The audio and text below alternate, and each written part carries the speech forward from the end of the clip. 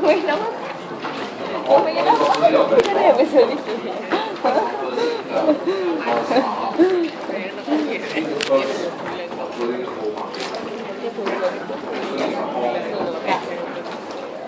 Few very big firms. For example, like in the telco industry, three big firms control 100% of the market share. The petrol industry is a lot of market share. Petrol industry is an oligopoly as well, right? 5 petrol stations control the whole 100% of the market share. So therefore, oligopolies are very big firms, controlling most of the market share.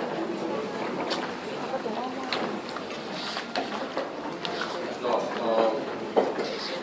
so the characteristics of an oligopoly is small number of firms, and therefore high concentration ratios. A very big proportion of the market share are highly concentrated among few firms. 100% of the market share are highly concentrated. For example, the telecommunication industry, 100% of the market share are highly concentrated on the three largest firms, Singtel, StarHub, and One. Very high concentration ratio.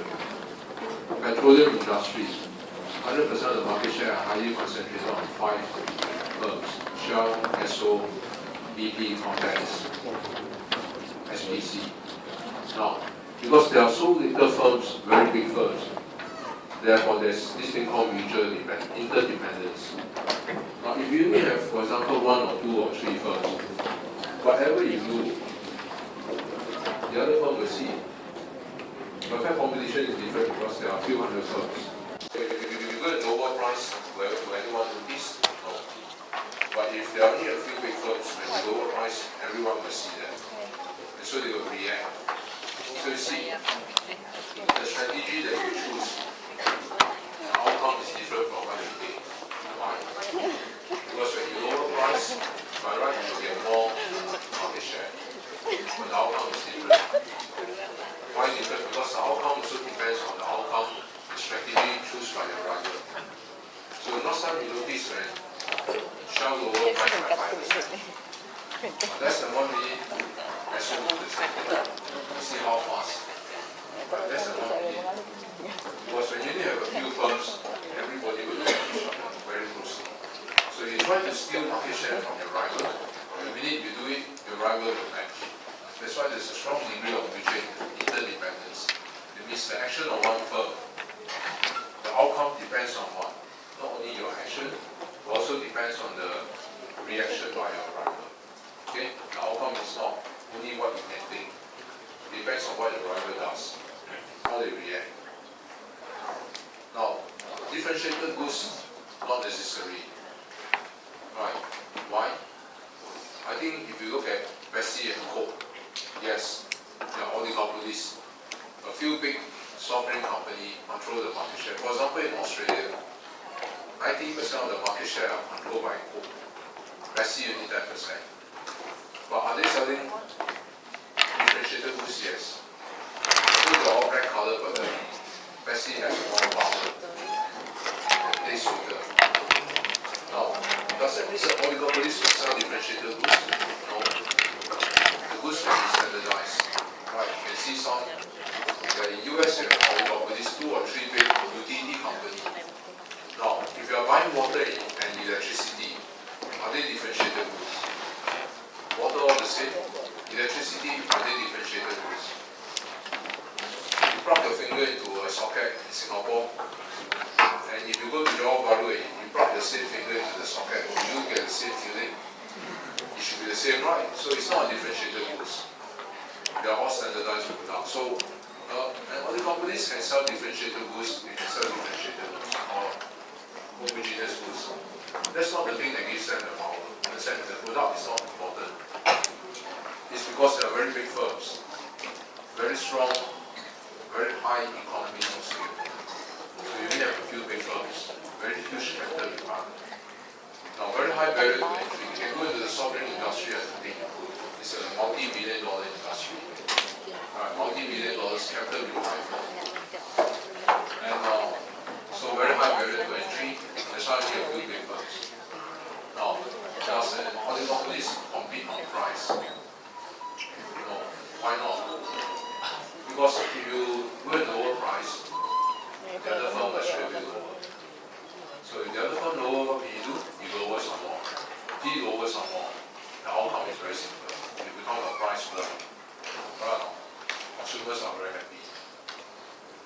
oligopoly is supposed to be. If there are only 2 or 3 firms operating together, why should we fight among ourselves? I remember last time I saw one wet market, these 2 stores, they are competing aggressively. This guy lower price, the other guy lower price. Until the 2 fight in each other. Husband and wife. But you know what happened? They are that smart. After a while, all the price go up substantially. You know why? Who sit down and make sense? So this would be why are you going to lower price? Price cannot be a strategy. If you want, you can go and raise price together. What? You see, if you raise price together, the this price fixing right. It's actually, since you're selling vegetables, I think the government doesn't take too much care of that, right? But all the telcos go and collude on price. Petrol station collude on price, then it's very dangerous because the whole country are affected. Okay, so they don't compete on price. Normally, even if they actually compete, they will compete on something else, quality or something else, right? But it does not make sense for them to compete. But you see, why are they competing? Because it's illegal to collude. So oligopoly can either collude or compete. Naturally, it's more rational to collude. But since the law says cannot collude, right? So all has to pretend to compete. Okay, so oligopolies can either compete. So there are so many different types of oligopolies in this world. Right? Some sell homogeneous goods, some sell differentiated goods, and some oligopolies there's a market leader. Right? Microsoft used to be the market leader. So in some oligopolies there's no market leader. All the firms are ranked the same. Okay, in the past, the banking sector, DBS used to be the market leader. But now today no more. UOB, OCBC, cash out. Alright. So there are so many different types of oligopolies model. That's why we have to issue 5 different models. Because no 2 oligopolies are the same. Now the first 2 models, Staggerbird dominant firm model. Now these are what we call leadership model. There's always a leader. Who is the leader? The leader is usually the biggest firm, the strongest firm, and the leader will always set the price, the follower will follow. Not necessarily price. Because oligopolies can compete on price, or they can actually compete on quality. So the decision variable is these 2. What matters most is there's always a leader. The leader will start the move first, then the followers see what the leader does. If the leader raise price, all the followers follow. They dare not go against the leader. Right? So this is what we call a leadership model or an asymmetric model. Asymmetric model, one-sided model. One group has an advantage over the other group. So the Staggerbird and the dominant firm, the first 2 models, they are asymmetric model. Why asymmetric? The leader has a strategic advantage over the followers. You understand? The followers are very small firm. So the leader said, raise price, they better follow. If the leader will raise price and you don't follow, you try to steal his market share, this time he will punish you. Understand? So the leader has a more advantage, cost advantage or whatever. So leader has a strategic advantage. That's why this type of model is called asymmetric model, one-sided model. Why one-sided? Leader has more advantage. Now, so these are leadership models. Now the other 3, all firms has the same advantage. No leader. Every firm has the same strategic advantage. No firm is stronger than the other firm. You understand? No leader. That's why we call this a symmetric model. Every firm has the same advantage. No firm is better than the other. All the same size. So you can see in the real world there are many different types. Some oligopolies there's a leader. Some totally all rank the same. And they're competing on the same level grade. So the first 2 model is the leadership model. The last 3, Connaught,